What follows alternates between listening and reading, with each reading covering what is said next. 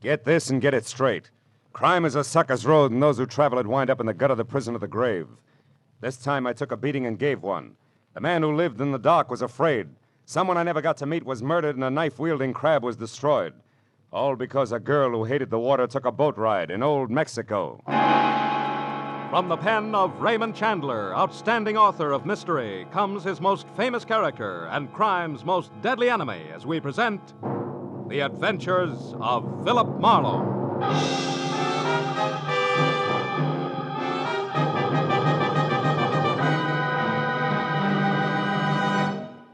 Now, with Gerald Moore, starred as Philip Marlowe, we bring you tonight's story, Mexican Boat Ride.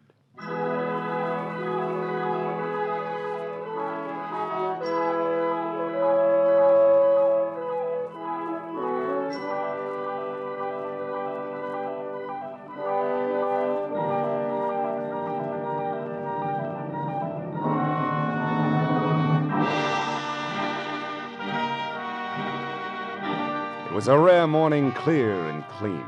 You know the kind that knocks 10 years off your age and makes you taste the sunshine in your orange juice? It was a day to be spent on an open road to someplace new and exciting. But a phone call I'd received had reduced my open road to Carmelita Avenue, and nothing more exciting than Beverly Hills. The house I stopped at was one of those you entered through a tunnel of dank, overhanging foliage on a flagstone path grown green with damp moss. A low, thick-walled affair with tiny barred windows hidden from the sidewalk.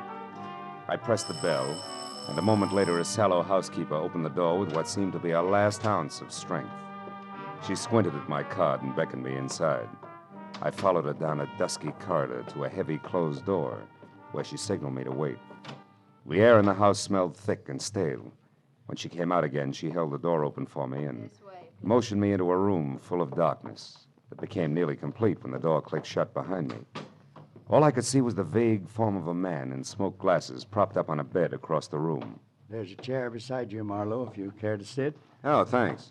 I'm Carl Estabrook, importer. You may have heard of me. No, I don't think so. Well, no matter. Marlowe, I have a peculiar problem. I want to know why my wife, Ona, was on a boat day before yesterday off the coast of Mexico. Think you could find out? Well, if that's all you got to go on, I doubt it. No, there's a little more. Huh? Ona and I planned to take vacation together. But when I was confined with this illness, we decided she should go on alone. Oh, then your illness is the reason for the midsummer blackout, huh? Yes. If I expose my eyes to light at any time in the next few weeks, the doctors promised me plenty of pain and virtual blindness. Oh. It's temporary, but tedious to mend. That's why I need a capable man with sharp eyes. To look into what specifically? The paradox of my wife aboard a boat. Mm-hmm. She has a phobia about them. The mere thought of being on a boat makes her panicky. She drove to Ensenada, Mexico earlier this week, but believe me, her plans did not include boat rides. Well, tell me, how'd you find out she was on one? She right? No, she hasn't written me at all, but that's not unusual for her. A friend of mine got back yesterday from a fishing trip down there. The day before, his boat passed another with a girl aboard. He got a good look at her and was so sure that it was Ona that he hailed her. The girl turned and ran inside. It bothered him to the extent that when he got home here, he called me to find out if Ona was in Ensenada. Is that all? That's all. He didn't get the name of the boat. Look, you want me to go all the way down there just to find out if the girl he saw was Mrs. Estabrook? Right. What is your fee, Marlowe? $50 a day plus expenses. That's the minimum if I take the job. I don't think I will. When business gets so bad I have to do divorce work, I'll quit and write my memoirs. No, I'm sorry, but that's the way it is. No. Sit down, Marlowe. Ona and I have had our share of difficulties, true. She's quite a few years younger than I and used to be a dancer. But generally speaking, we're happy. Specifically what? I'm worried about her. Here. There's money in this envelope and a recent photograph of my wife. And there's more of both if the need arises. Incidentally, what kind of a day is it outside? Gorgeous. Well, then you can drive. It's only 250 miles. Yeah. By the way, how has the importing business been lately, legitimately speaking? You do have a suspicious mind, don't you? Only when the situation calls for it, and this does. However, I can understand an imagination working overtime here in the dark, Mr. Estabrook. So I'll take your money and go on down to Ensenada and see if anything's wrong. But look, I'm giving you notice beforehand. If it turns out to be family laundry and nothing more, I drop it. You're a reputable man. Just see that I get my money's worth, Marlowe, and you can keep the change. I'll expect to hear from you.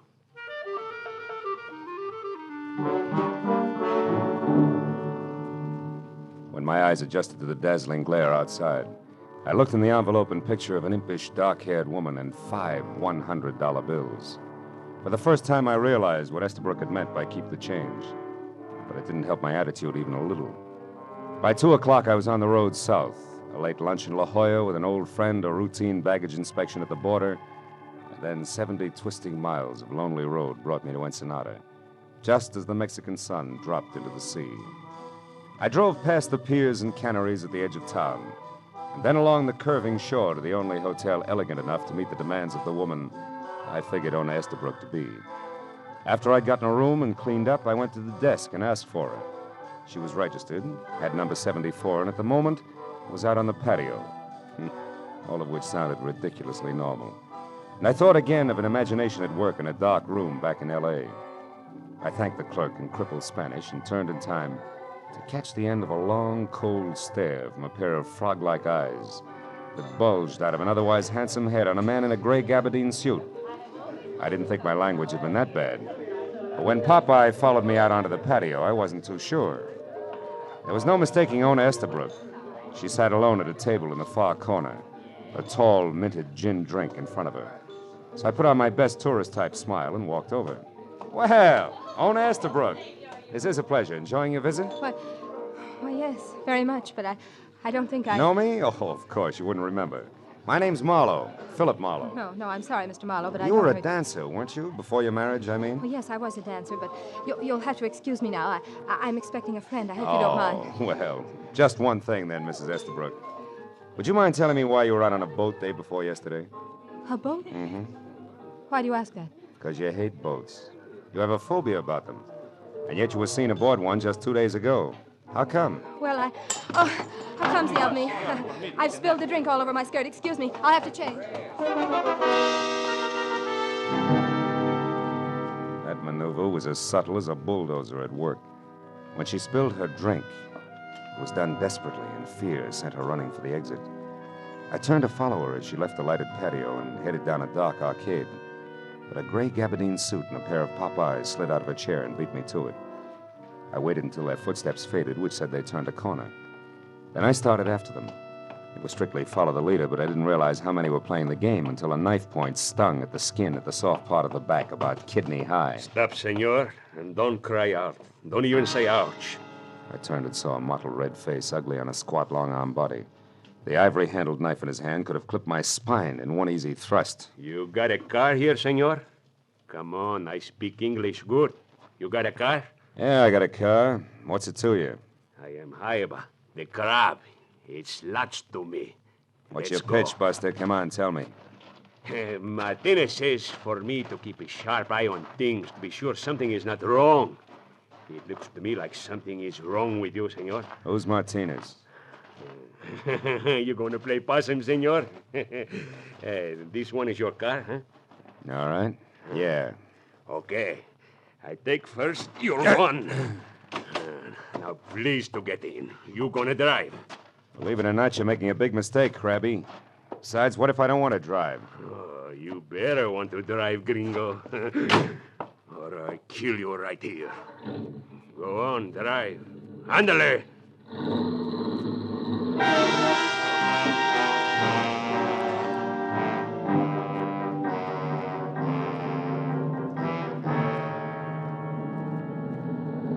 See, stop here.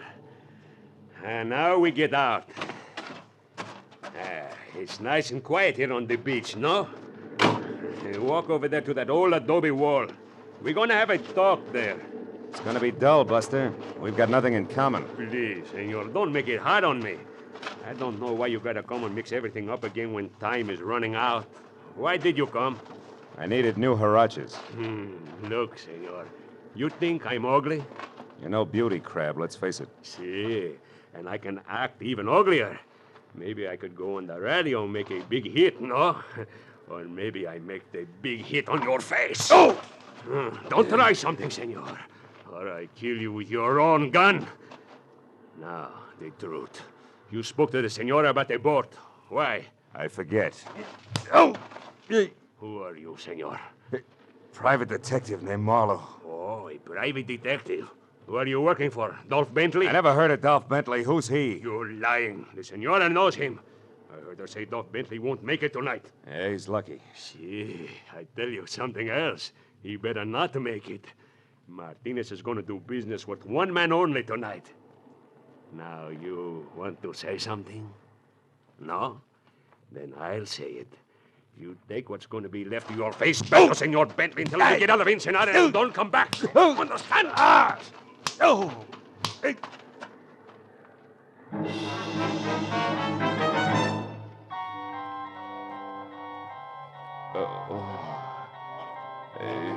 Wait a minute. Come on, wake up, wake up. Wait, You're stop, okay. Craig.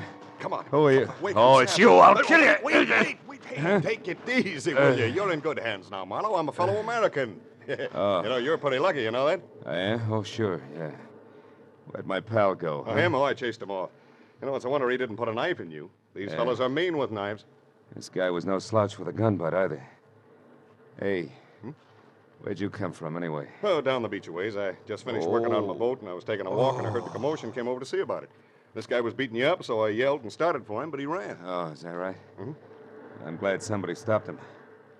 Thanks very much, Mr. Roman. Oh, Lou Roman's my name. Uh-huh. Yeah, I'm pleased to meet you, Marlowe. thank.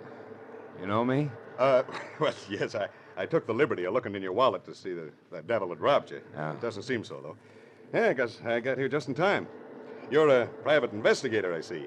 You working on a case now? It's debatable. So far, the case is working on me. I'd like to find a guy named Dolph Bentley, though. Dolph Bentley? Yeah. Guy who beat me up had the idea that I was hired by Dolph Bentley. Did you ever hear of him? No.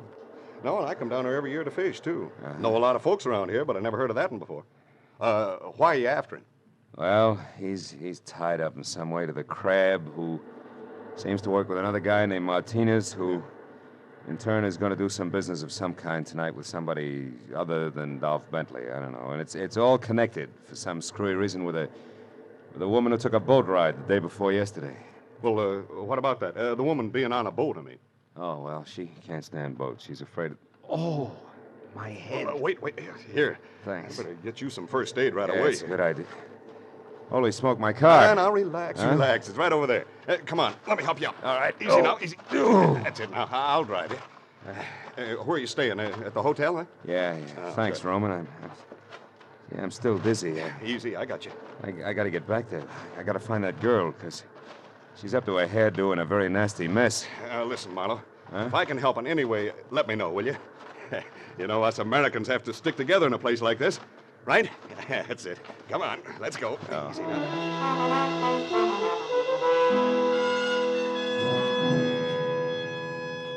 Lou Roman, the hail fellow, was indeed well met. He found my gun and drove me back to the hotel. A long hour had gone by since Ona Estabrook had run from the patio, followed by the pop-eyed character in the gabardine suit. I tried her room, checked with the desk again, and from there spent 30 minutes peering into corners and balconies and getting nothing but indignant glares from Mexican lovers. So I left the building and started through the grounds. I worked my way from the stables up into a secluded garden deserted by all but a marble statue of Montezuma, who, when I passed him, groaned. In the dark at my feet lay Haiba the crab, his mottled face twisted into a tortured grin of agony. And sticking straight up just above his belt buckle was the white ivory handle of his own knife. Crab, who was it? Who got you? Oh, senor, I am sorry what I did. Never mind that. Who did this? Do you know? Oh, sí. Dolph Bentley. Now get a doctor. No, yo, senor. Tell Martinez that Dolph Bentley is... Crab. Yeah.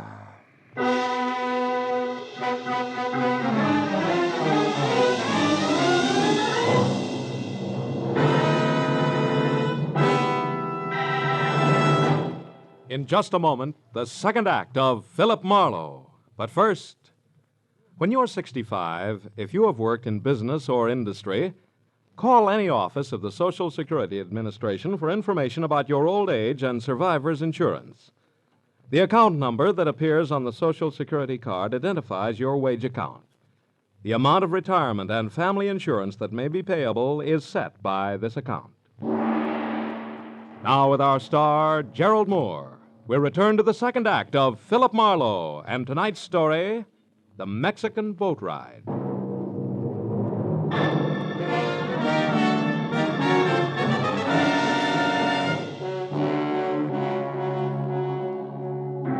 Even as the life trickled out of the ugly little man called Aiba, and his face, which had been knotted tight in pain, went slowly limp, and he was still, I knew that I'd have to get next to Dolph Bentley before the importance of Ona Estabrook aboard a fishing boat off Ensenada would make any sense. Also, I knew that there was a good chance that said Mr. Bentley and the gentleman in gray gabardine, known to me as Popeyes, were one and the same. So I started back for the hotel. But halfway there, I stopped at the sight of a figure ahead, scampering toward an all-alone taxi, parked near the main entrance. It was Ona Estabrook. I took off after her, when she was in the cab and away before I could get close enough to do any good. I tried the next best thing, which was the sombrero doorman nearby, who I figured might have heard the address she'd given the driver. Yeah, but what I didn't figure was that the doorman might not habla much English. The Senora Estabrook. Si, senor. Her enters libre a minute ago. Yeah, that's right. I know that. Now, look, where did her go? Which way in the Libre? Libre. Uh-huh. Oh, un momento, senor. Libre, libre. Oh, no. No. Ya viene, senor. No, Coming look, pronto. amigo, I don't want a taxi. No Libre. No libre. None whatsoever. Chico, no quiere. Now, please, come here. Let's back it up a little, huh? Senora Estabrook in Libre, right? Si, senor. Okay. Now, where did she go? What direction? ¿Qué dirección? Oh, ahora comprendo. Ajá. This senor. The señora. ¿Qué dirección? ¿Comprendo? Si, senor. Senora Estabrook go to the pier, the fishing pier. Which one? Which fishing pier? ¿Cuál pier? The small pier, senor. The little one near the big cannery, the fishes cannery. That's senor. all I want to know. Gracias, amigo, and... Uh-oh. Senor? Senor, what are you seeing at? I'm not sure. But even if I were, I wouldn't be able to explain it to you. Buenas noches, pal. Thanks a lot. I had been seeing at the silhouette of a man huddled close to the ground and slinking out from a hotel along a high hedge that led back toward the statue in the body of Aiba, a man who I knew could be the elusive Popeyes. I followed the walk that was close into the hotel until I was on a line with the hedge. Then I started after him fast. I still had a good 2 yards to go when he heard me and pivoted, so I swung first! Oh! Why, you dirty... Roman, wait a minute. Hold it. Gee, it's me, Marlowe. I'm sorry. Oh. Holy smoke, I thought you were someone else. Oh, Gargantua, maybe? Oh, brother. Oh, I'm sorry. What'd you hit me with, Marlowe? Everything I had. I figured you were Dolph Bentley, and as such, Roman, I didn't want you to get away with murder, literally. Murder? Hey, not that girl you mentioned, Marlowe. Ona Estabrook? Huh? No. The corpse is that item you sigged away from me over in those ruins. Somebody got to him with his own knife there near the statue. Then I was right. I did see someone move over near there. Well, yeah, a couple of minutes ago, Marlowe. I was on the balcony outside of my room. It faces the garden here, you see. And when I saw you run for the main entrance, I had a feeling that you might be in trouble again, so I came on down here. Well, then what happened? Well, I was about to call out to you when I heard some noise over there near the statue. It was a man. He was running away fast, heading toward those stables. A man wearing gabardine, maybe tan, maybe gray. Maybe Dolph Bentley. Thanks, Roman. You've been a big help. When you get back to the hotel, tell him about the dead man, will you? I gotta run. The stable was a robust left field as pegged to home plate from where we'd been standing. So by the time I got there, I was out of breath and facing nothing more important than thick darkness, a lot of hay, and a couple of horses who couldn't sleep nights talking things over. Until I moved around a corner past the stalls and close to the half-open door of a shack, marked both cabina telefono and the equivalent in English that showed a single unshaded light. And under that, a man standing alone next to a telephone, writing something on the back of an envelope. He was wearing a gray gabardine suit, and when he lifted his Popeyes from the paper in front of him, I knew the next move had to be mine, 38 and all. Let it go, Buster. Keep your hands close to your sides. Just as you say, senor. I'd be a fool not to obey you. You're so right, a dead fool. So keep that in mind while we chat, won't you, Mr. Bentley? Bentley? Uh-huh. How did you find out who I am? It was easy. All I had to do was listen to a dying man's last two words when I asked him to name his murderer. He said, Dolph Bentley. Any comment?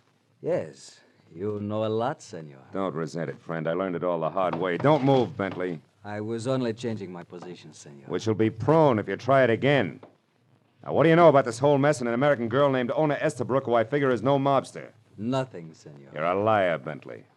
Which brings me to the point. One, why the pressure on the girl? And two, what's so important about her taking a ride on a fishing boat? Come on, brother. It's getting late for a murderer. Start talking straight the first time out. All right. I'll start with a question.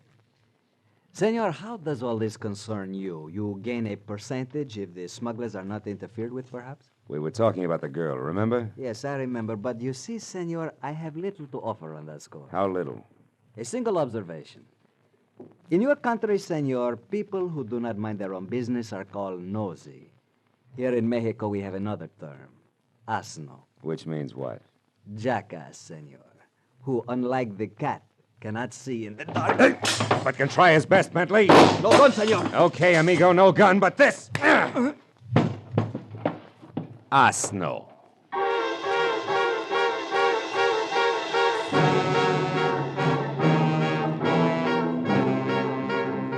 When Bentley met the floor and went out cold, I sagged to one knee. Stayed that way until the air rushing into my lungs quit sounding like sandpaper over a drumhead. And I got back to my feet and turned on a bracket lamp on the other side of the room. I opened Bentley's jacket, slipped his .32 automatic out of its shoulder holster, emptied the clip, and stopped dead at the shimmer of light dancing on polished silver that I hadn't expected. It was a badge. Below his shoulder holster and pinned to his vest. Republic of Mexico, Department of Customs, Captain. I made a dive for the envelope near the telephone. On the back there was writing in thick pencil, which I finally figured to mean fishing pier near Cannery, 2 a.m. Inside, nothing. On the front, further proof that I'd never met Mr. Dolph Bentley at all, but instead it tangled hard-like with one Captain Juan Descartos, Intelligence Section, Custom Building, Mexico City, Mexico. While trying to revive Captain Descartos, the truth rammed into my mind. Ona Estabrook had rushed off for the pier near the Cannery. Captain Descartos had noted is a good place to be at 2 o'clock in the morning, which was less than 20 minutes away, and a great time for me to get to my car and the pier.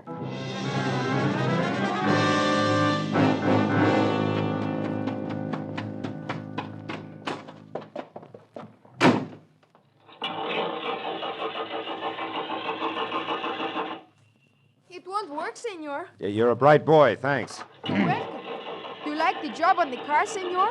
I think it shines well for the 8 pesos you owe me. Nobody asked you to bother, Junior, but I'll see you later. Right now I gotta run, huh? For 8 pesos, $1 you can ride, senor. I'll replace the distributor cap. What? Come here, you. But senor, it was very dirty all over, inside, too. The steering wheel black as can be. Look, I ruined my best rag cleaning That's it. tough. Now give me that distributor cap, or you'll be the saddest pair of dark eyes between here and the Panama Canal. Senor, Oh, never mind. Here. you pay me the $1? Yeah. Just put the cap back where it belongs. Quick, will you? I'm in a hurry. Well, come on, let's go.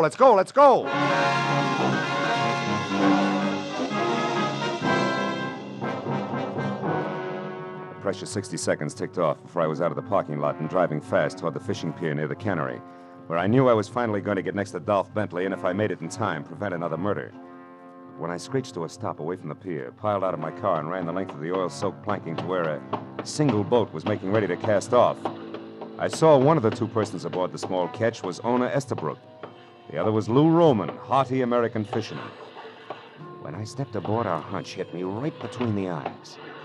I pulled my gun and pointed it an inch above his waist. What are you doing here, Marlowe? I might ask you the same question, Roman, or do I call you Bentley from here on out? Marlo, you know, now he can't kill me. Now I don't have to be afraid of him anymore.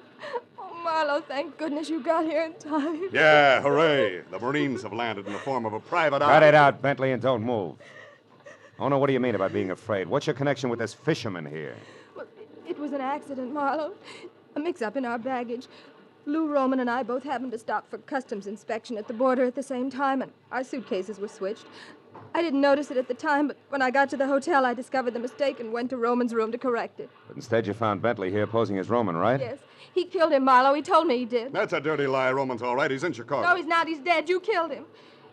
Someplace between here and Tijuana, Marlo. He said I'd get the same treatment if I opened my mouth. Then he's the one who forced you to go out on that boat yesterday. Go on, Stay listen, back, I didn't- Bentley. Yes. So So that people wouldn't be suspicious, he made me appear at the hotel, in the patio there, and at the restaurant. Well, why didn't you run? Well, I couldn't. He wasn't around. Another man was. A horrible man with large eyes that never left me. Yeah. So why don't you drop it, Marlowe? No sale, Bentley. You see, I know that the horrible man with the large eyes can't be one of your henchmen. His badge says so. What? Badge? He's an officer, Marlowe? Yeah, Captain Ona. Give up, Bentley? You had better. There are too many men ready to take you. Descartos.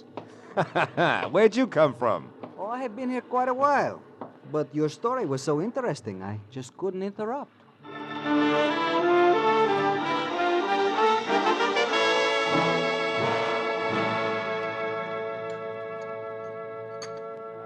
And when Marlowe took you for Dolph Bentley, Captain Descartes, you played along because you didn't know who he was. Is that it? Yes, senora, and I did not find out until I heard Bentley call Marlowe a private eye. You're not mad at me, Captain, huh? Even though I bungled your plan to capture Martinez, and not to mention our little meeting at the stables. Oh, senor, do not say that you bungled the job of catching Martinez. It was more a matter of priority. Por favor, senora, the tacos. Of course, here you are. Gracias. You see, Senor Marlowe, I am certain that one day I will catch Martinez, but not at the cost of letting a murderer kill again. But, Senor Marlowe, there is one thing that puzzles me.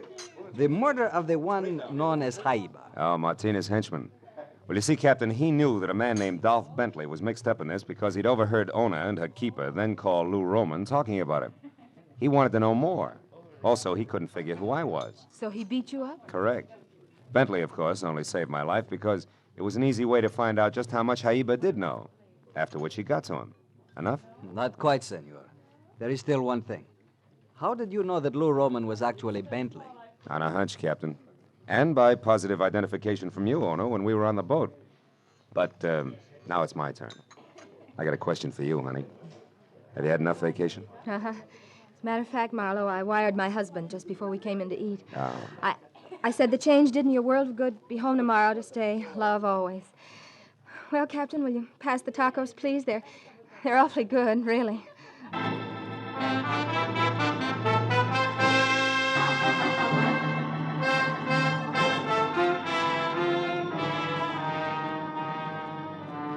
It was late the next afternoon, and Ona Estabrook was already gone when I checked out of the hotel. Said goodbye to Captain Dos Gatos. Adios, amigo. And headed north for the border, where 2 hours later I stopped for customs inspection of my baggage. It was dark, and I was only 50 miles from Los Angeles before I realized exactly what that inspection had meant. Because it was then, for the first time, that I noticed the little cowhide suitcase on the seat next to me, which should have been mine, was tagged differently. The name and address of a man who lived in Long Beach, California. When I got there, I kept driving. I knew I could ship it to him and ask for mine in exchange when I got home. Oh, yes. I'd had just about enough for a while.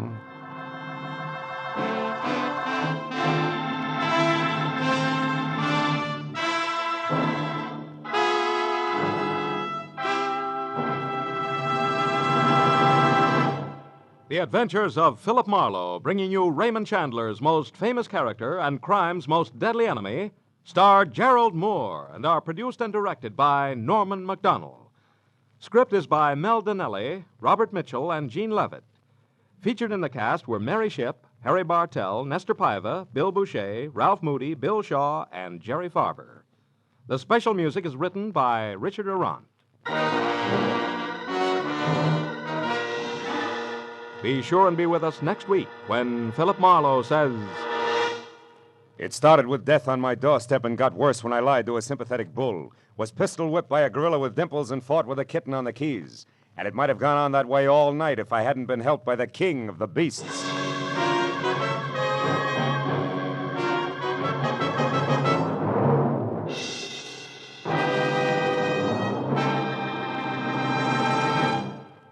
This is CBS, the Columbia Broadcasting System.